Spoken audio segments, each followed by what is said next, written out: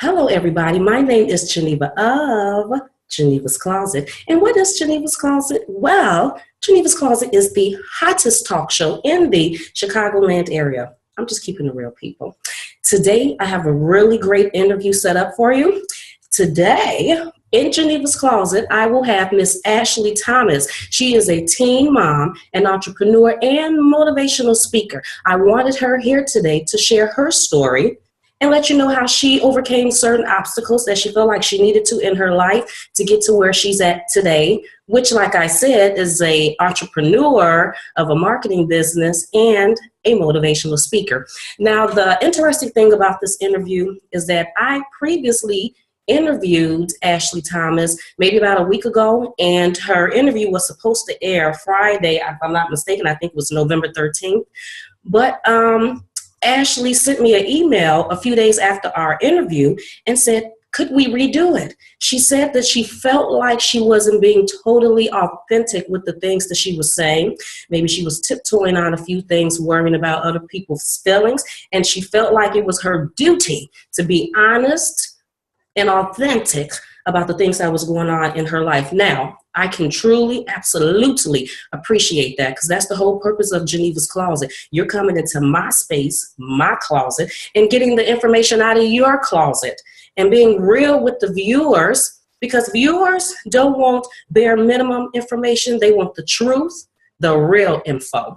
So you make sure you stay right there, and we will be right back with Miss Ashley Thomas. How you doing, Ashley Thomas? I am doing so good considering the circumstances of having surgery on both of my hands, but yet I'm still here.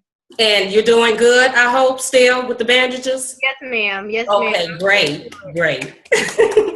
Well, I want to start off this interview by letting my listeners/viewers know this, that I previously, probably about a week ago, I interviewed Miss Ashley Thomas. It was a really good interview, I thought.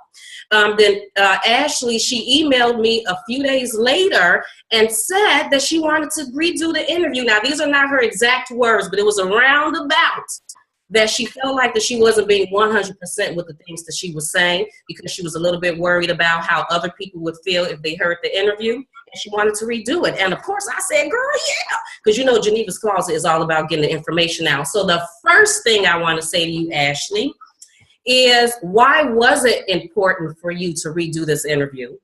It was really important for me to go back and redo it simply because what I have dealt with needs to be told. What I have encountered needs to be talked about. And if I'm going to be in this business of motivational speaking and trying to inspire and help people overcome the things that I've been through, I have to be true to myself. I have to be true to my audience. And no matter what, I still have to be okay with being vulnerable in front of my enemies. And although that's a hard phase for us to sometimes face, it has to happen. It's a process you have to go through. So I can't protect people who didn't protect me, if that makes sense. I heard that. I can appreciate that, Ashley. Thank you so much for being real. Thank you. It just shows your character. It just shows character. But so the first question that I want to ask you is, why do you think you got pregnant at 17? Was it 17? Yes, ma'am. Okay. It's easy for me to just go back and say, oh, it was peer pressure, it was this or that. But at the end of the day, it goes back to childhood, of being molested at such a young age. I was only 5 years old, being exposed to sexual things that no 5-year-old should be exposed to. And so in return, that led to me growing up looking for love in the wrong places, because, you know, having that bad encounter with a male and someone in your family, you know, you go through these different demons that are within you. You know, you don't really recognize it at such a young age, but it's just something, you know, that goes on inside. And so that led to me, on top of, you know, the peer pressure and wanting to fit in, but that's ultimately what led to me looking for love in the wrong places, just wanting to be loved the right way by a man. And so I met my child's father in 7th grade, and being separated for X amount of years, that was quote unquote like my first little puppy love. And so in my mind, when I did run away at age 16, he was the last man or boy that I knew or felt that loved me. And so that's where I ran to. Now, when that happened to you, and thank you for being open and honest. Now, when that happened to you, you said when you were 5 years old. Yes. Did you tell your family? I don't think any 5-year-old knows how to really tell family that, and especially being a preacher's kid, because it's kind of like, for me, it's like growing up, it's do as I say, it was really no explanation given of, why we're supposed to do these things, or why we're supposed to wear dresses, or no earrings, or this, so it was no explanation ever given. So when you did talk about things, sometimes it was just always the Bible. It was never like kind of like a mom and dad. It was always a preacher and a Okay. first lady. And so that shuns you from wanting to open up to people about it. And so I don't think I actually came out about it until I was taking a college course, and it was what was it, psychology, and they were doing a study on the mind, and something that I can't remember exactly what process we were going through, but that awoke, and that woke something up inside of me, and I started reflecting back like, okay, this happened to me. It's real. It's not an imagination. It's not something that I've just tucked away or hid from or ran from, but this actually happened. And so that's when I opened up about it. That usually is the reason. And it's crazy because it takes us a long time to figure that out, because we're still trying to grow up and figure out about life and stuff. So we don't necessarily know that the reasons why we make certain decisions with men later on in life may be because of abuse or rape or whatever the case may be. So when you did finally tell your family, what did they say, or how did they feel about the situation? It was interesting because I remember just leaving work one day and going home and crying to my dad about it. And I know he was hurt, and I Mm-hmm. know probably had he known when it actually happened, he might not be on ground free right now. So the whole process, I feel like it happened at the time it happened, because he's in a good place with God, for one, and then for two, that was the timing that needed, because I don't know how he would have handled it had it been any sooner. And was anything ever done about it? Not really. Okay. That's the hard pill to Mm-hmm. swallow, when you expect them to kind of be your voice, and then they just kind of succumb down and suppress and not really talk about it anymore. But that led to me finding out other family secrets, even regarding like my sister, but the typical thing is not to talk about it and kind of just sweep it under the rug, and that's what happened. And I didn't decide to be vocal about it until I started doing my motivational speaking and understanding and realizing that's a part of my journey and it has to be told. So now you're with your daughter's father, because you have a daughter, right? And what's her name? Her name is Italia Nicole. What a beautiful name. It's just so beautiful. So now you're with your daughter's father, and you're how old now? 17. Okay, you're 17 years old. You all are together. I'm pretty sure you think you're in love. You find out you're pregnant. And then when do you tell your family? Okay, yeah, tell me. It's funny because when I ran home, I was 16. Okay. Okay, I turned 17 November the 1st, and he turned 18 November the 3rd. And so people may think, oh, you got to enjoy your sex life. I was that kid that really didn't. I was pregnant. I had sex one time, and a month later, I realized I'm pregnant. Wow. So it was no enjoyment there. I Mm-hmm. didn't get to experience the full of a teen just, being promiscuous or having sex. It was like, bam, and I'm pregnant. So that comes with the ignorance of not being educated on sex, and sex not being a conversation that took place in the Christian home, or, where parents just hid those things from you, didn't have those conversations. And so that was a conversation that was never had with me. And just being general things about being a woman in general, I never had those type of conversations with my mom. So whatever I learned, it was from secular or school or just the world in general. So I was Okay. very naive and had no idea what I was truly getting myself into, or about the protection or birth control. Knew none of that. A lot of people say, or I know that you've heard this before, that preachers' kids are a little wild and that they With get the into worst some one. things. Yeah. And, you know, because I even heard that TD Jake's daughter had a baby at I think, what, 14, 15? 14. The Okay, thing wow. with being a preacher's kid is Hmm. people place you on pedestals that you never asked to be on. You know, they expect because your parents live this lifestyle that you will just be this child that's born at an early age that will live the exact according to the exact same guidelines, that you will never be a child.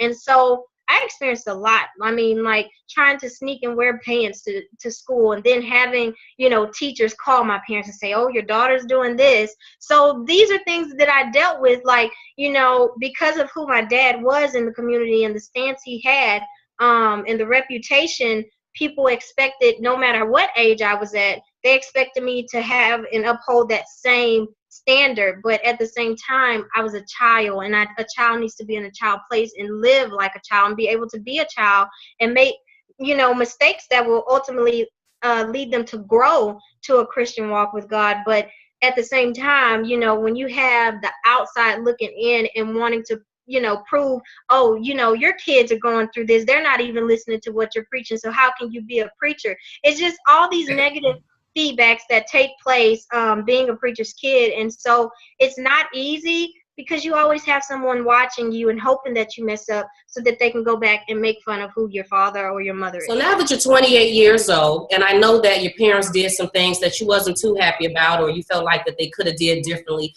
especially as far as you know, communication and things like that. So now you're 28 years old and you have a child of your own.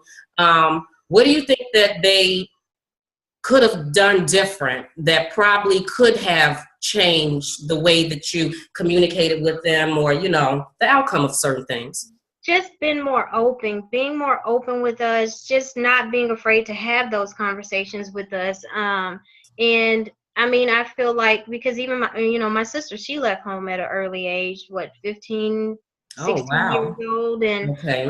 it just kind of, it was repetitive. And not even to mention, my mom was actually a teen mom, you know. She had Okay. my oldest brother at 17. So, you know, it was, I'm not going to say it's a generation curse, but back then it was common for younger people to have kids at an early age, but at the same time, their relationship stance was more stable, and they actually ended up together in those days. But these times is a Hmm. lot different. But just be more open and real with me, and not hide me or try to keep me away from the world, because eventually, if you don't teach me and I grow up and I go out there in the world, you're just leaving me vulnerable and green and open to all the wolves to come in and just take over and take advantage. And that has happened a lot. Okay. Now, when you were with your daughter's father and now you found out you're pregnant, and I'm pretty sure when you told your mom and your dad that they wasn't excited about the situation. Right, Right. right. Okay. Okay. So now you're pregnant. Is he still with you? Did he stay with you during the pregnancy, after the pregnancy? So what happened as far as you and his relationship? Well, my mom and dad end up coming to get me, because, like I say, I ran away from Right. home, and they end up coming to get me, you know, because of laws. You have to go get your child, or you'll be, you know, penalized for this, this, and that. And so I didn't tell them right off the bat, but in December was when I actually discovered myself that I was pregnant. I don't know, I just had a weird feeling come over me, Right. and took the test, and it's just like, We dang, know sometimes. We I'm know. I'm pregnant. And so I hid it from a lot of people. It was just, you know, he knew, I think maybe his siblings, but we hid it for a while. I did tell, like, my best friend, because she had already had a kid, you know, so she's Okay. already a teen mom. And so, you know, I just hid it for a while, but then when I finally kind of like said it under my breath one day, it was crazy. My mom was just like, "What'd you say?" And I'm just like, pregnant. And so yeah, it was, yeah, it was a I can imagine. I terrible can day. only imagine. It was just like boom, drop mic. Okay, now let me ask you this based on something that you just said again. See, I like this. Ashley say some things. Now, this was not even on my list of questions, but she just said something that, so you said that your best friend was pregnant. Hmm. Do you think that some of the decisions that you made had anything to do with the people that you were hanging around? No, because I was taken away from public school and placed into private school. So Okay. when she got pregnant, I wasn't even around. I was still in private school. So by the time that I did, go to public school, that was done. And then we weren't even at the same public school at the time until I ran away and enrolled myself into the old school, my old school. Okay. See, I mean, like you had a pastor family, and you was in Catholic school, and stuff still happened. Things Right. can still happen. It does not matter what type of situation you are in. What were some of your struggles at, being a teen mom, especially with the father? I would say the biggest struggle is because what I know now, I realize that we mature a whole lot more, Mm. and the guys don't tend to mature, like girls do. And I understand it. I get it. The stipulations that they expect. Oh, just to drop everything and go get a job and know how to do this.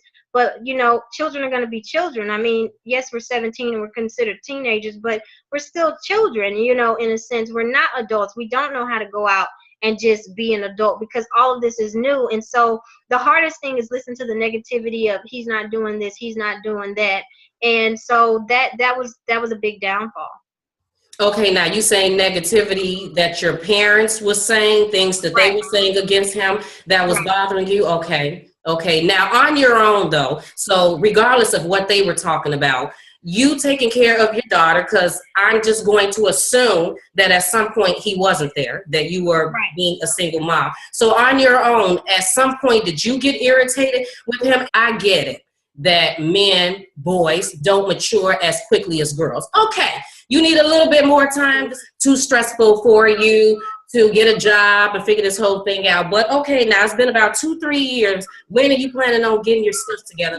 He helped the best way that he could when Mhm. football season was over with. He did get a job. We graduated or whatnot, and then here we are.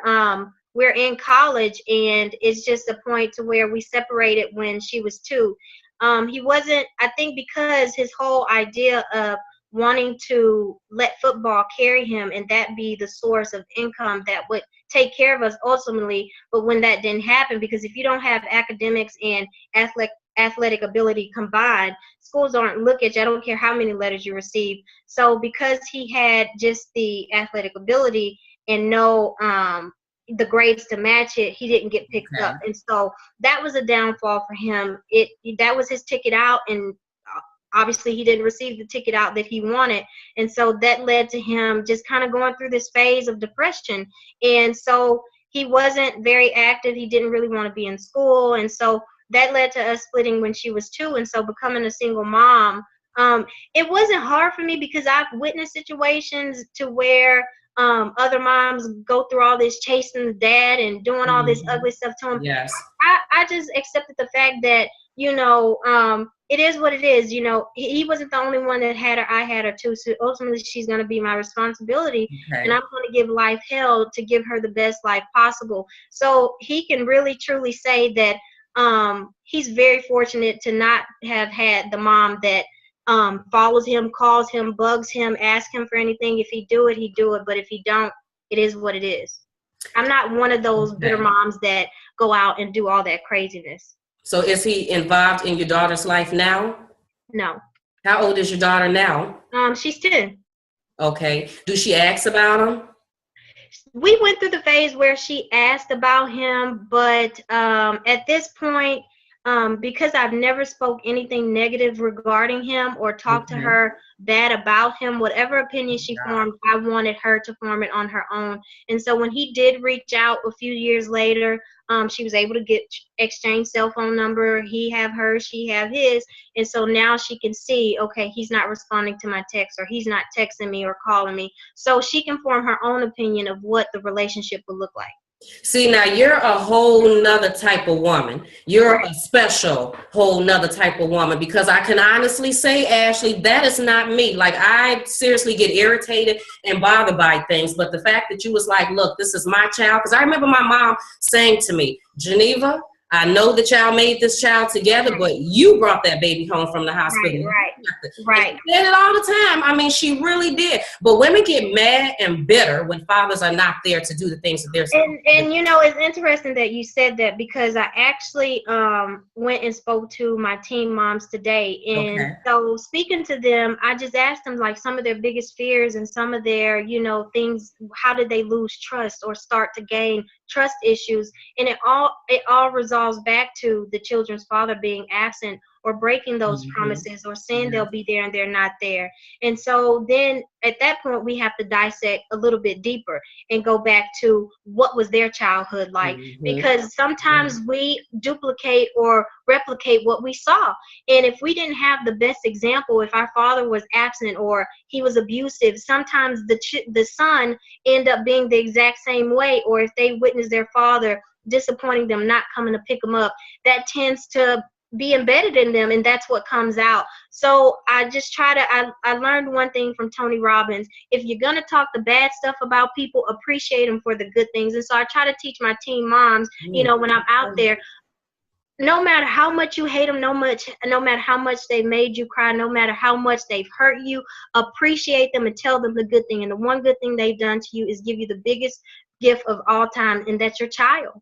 Tell them the good about them. If you're going to talk about the bad, talk about the good with it. It's wrong to speak bad about the absentee father to the child, how that does damage to the child, how the child could possibly, because at the end of the day, all the child knows is that you're the mom and this is the dad. And they would love to have the option of loving both parents, regardless of what the mom and the dad is going through. Like, they have nothing to do with that. All they know is that whenever that absentee father come around, whenever that may be, they just want to have the option of loving them without the other parent having things to say. I'm watching this series of The Myth of the Angry Black Woman with Iyanla Vanzant.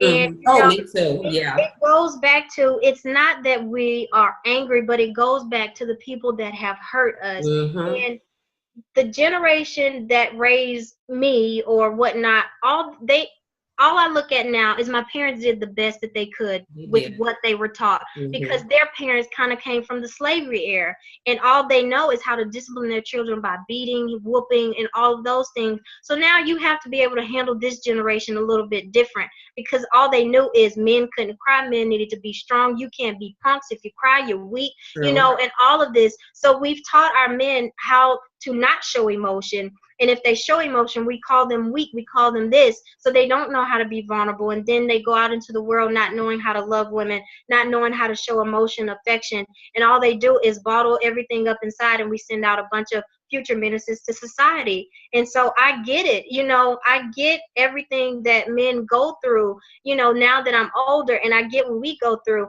It's not that we're angry or bitter. It's just we don't know how to get the help for our hurt, and we weren't shown the proper way. And so sometimes ego and pride gets in the way, and we don't want to open up to strangers and say, I need help. And that's the same for men. No man wants to go to a counselor. That's why a lot of the, you know, African-American relationships, nobody really sees the importance of counseling. Can't no man tell me how to run my household, or how to run my wife or my future wife. And so that's why we have so much divorce rate, but it's kind of set up to where we'll end up being divided anyway. And so that's why I try to encourage my teen moms, teach your sons, let them cry, let them be able to express their emotions. But the one thing I demand of you, if they can't tell you why they're crying, we don't have enough trees, we don't have enough go green in the world to wipe up those tears. So until they have a why behind it, it's unacceptable. Exactly. Actually, let's say that there is a teen mom and she has a child.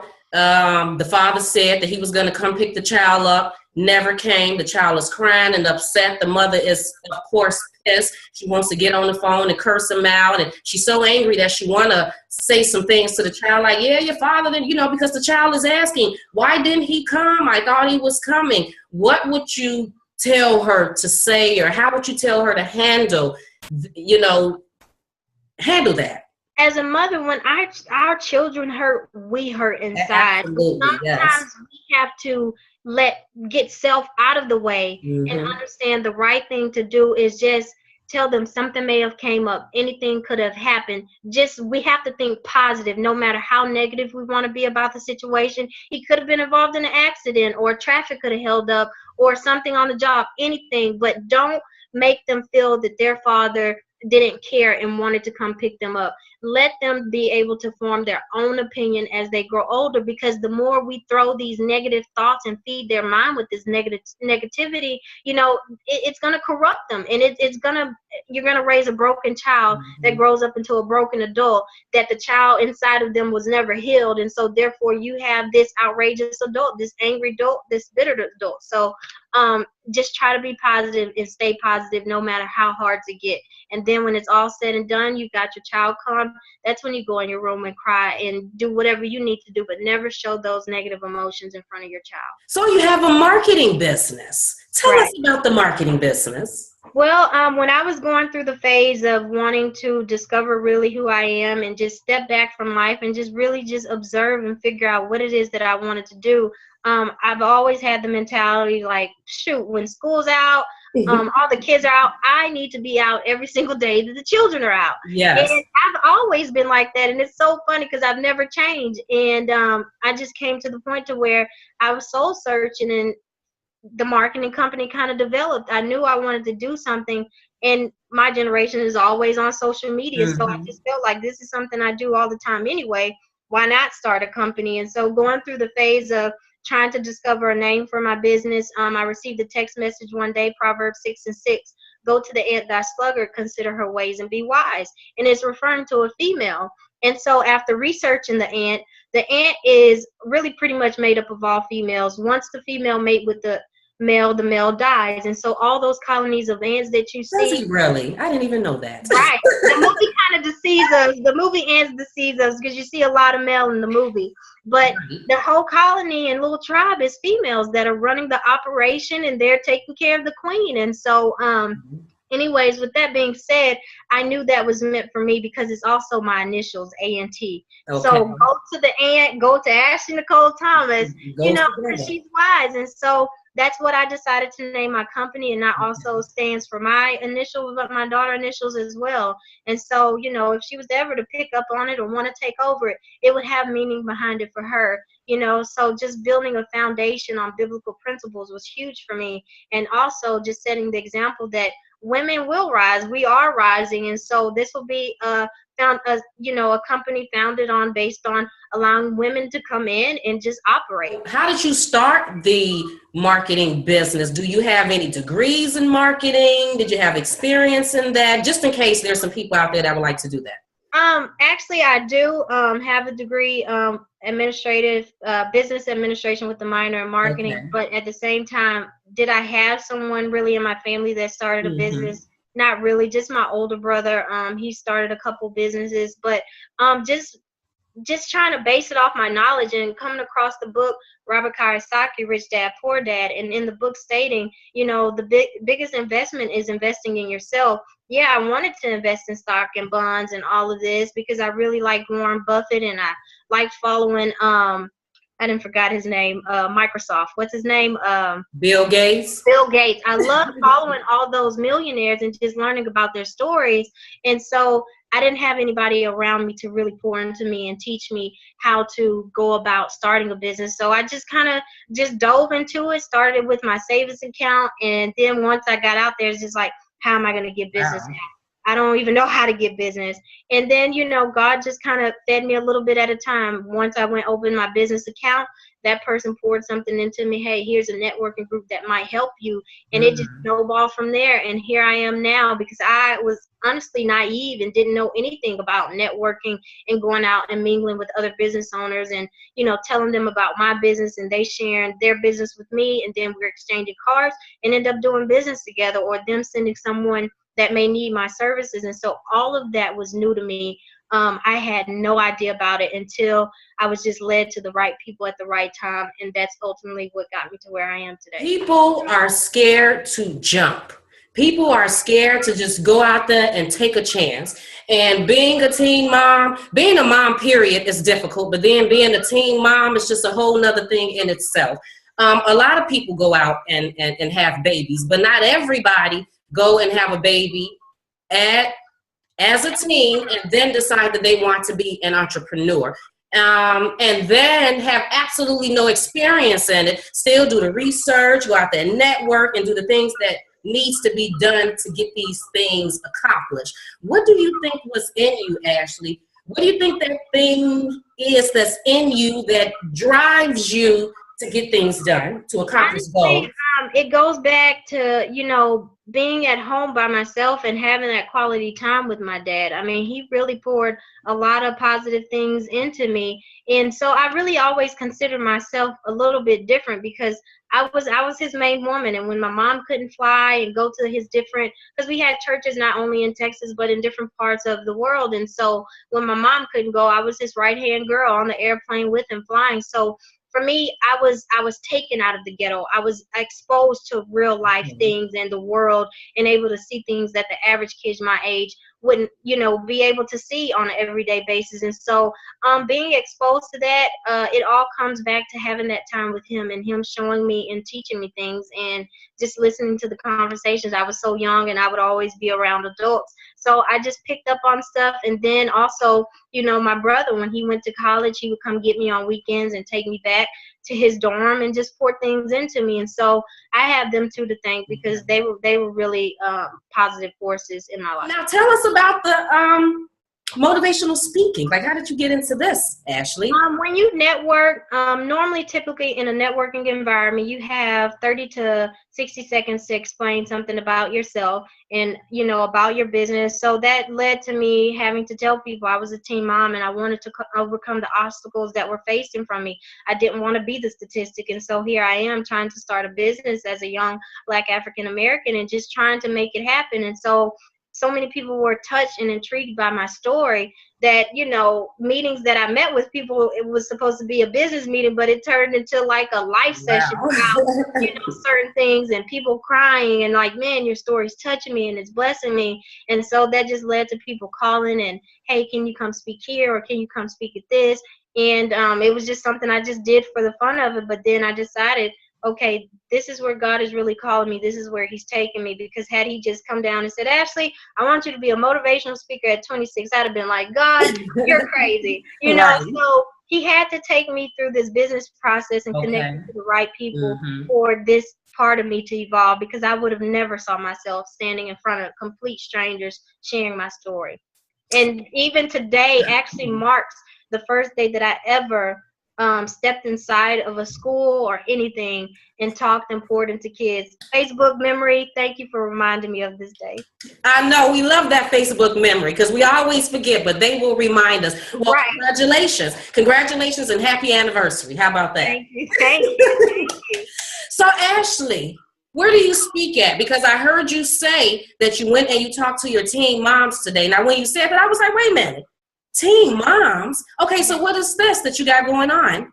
So, I mean, from the beginning of summertime until school started, I was emailing all sorts of schools, sending my information, getting their summer replies. Were out of office until this day, but I stayed persistent because I was determined to get in some of the worst schools in the Houston areas and just pour into those moms. And finally, one day, I got a call, and the lady was like, hey, I saw your email. I'm touched by your story. When can we get you in? And it just went from there. I'm part of the Teen Mom board now. And I attend the board meetings, and I'm just very active, because I want them to know. And for them to see me step in today, I said, I was trying to get to y'all the day after I had my surgery. That's how much I care about you. I cared enough to accept the pain and take the pain to try to get you. I say, but fortunately, it was election day, so the schools was closed, and so I didn't have to go. But I just tell them, like, I think about y'all outside of these walls. I'm always thinking about you, and here I am today, still bandaged up, but I came here to pour into you because I care about you. So altogether, I have about 5 high schools in the Spring ISD that I go to. I'm trying to expand that and get into more ISDs, but I've had organizations reach out to me from Florida, North Carolina, just all over, just asking what is it going to take for us to get you or to fly you out to come speak at our events to our teen moms. Your story really inspires us. We like it. We like you, your personality. What is it going to take? And so I just sometimes sit up every night just emailing random organizations, sharing my story, and that's what's putting me out there. That's what's getting me known, and it's working for me. And so, yeah, that's pretty much what I do. Just Okay. email a lot of organizations, Okay. reaching out to them and wanting to connect and be a part of their movement. And that's worked for me, and that's what's helped me get more success with the speaking. Okay, so you're 28 years old and you've already accomplished so much. Where do you see yourself in the next 5 years? You know, honestly, I feel like I'm gonna be on massive stages, just really pouring myself into women. I mean, as scary as that seem or sound, that's what I'm passionate about. That's what I love. That's what I want to do, and that's what I want to be known for the rest of my life. I just want to be this girl flying all over, speaking into women, because we lack that. You know, we lack walking down the street and you have someone looking at you crazy, but when they look at me crazy, I instantly analyze in a couple of seconds something powerful to say to them, or whether it be compliment, man, your hair looks beautiful, or this or that. I want to pour back into women to let them know that they are beautiful, they are loved, they are worthy, because Yes. we don't get that from each other. And I'm just trying to build more women of substance, more entrepreneurs, more women in the world that have voices and aren't dumbed down by society, but can go out and be who they truly want to be and be able to share their stories with no regrets. Yes. Yes. Thank you. And she told you. I was on YouTube and I was watching your YouTube videos and I heard you speaking about legacy. I heard you say that a few times. So what is that all about to you? You know, I don't want to just be the person that was in Texas speaking or doing these different things. I really want to leave a legacy. I want my daughter to have something to fall back on and be proud of. You know, we have a Martin Luther King Day, and we have all these, Yes. you know, ways to, you know, acknowledge, you know, other philanthropists that paved the way for us. And I just want to go hard, go out there, do the things that's necessary to leave a legacy, so even when I'm gone, I'm still being talked about. You know, people are still listening to Prince and Mike's music like they're still Yes. alive today and buying it like it's a brand new Yes. album. That's the legacy where I want to leave. That's the impact I want to have on people, and I will have that impact. You know, I'm just believing, and I know the visions that I have. It's just not a waste of time, and it's not a vision from the devil. So I know that's what my future looks like. Well, let's say that we have some teen moms watching you right now, or just some women, period. And they're trying to get their life together. They have children. They can't figure it out. They don't know what to do. They're in this relationship. What encouraging words would you say to them, Ashley? You know, honestly, I would want them to connect with someone that's already been through what they've been through.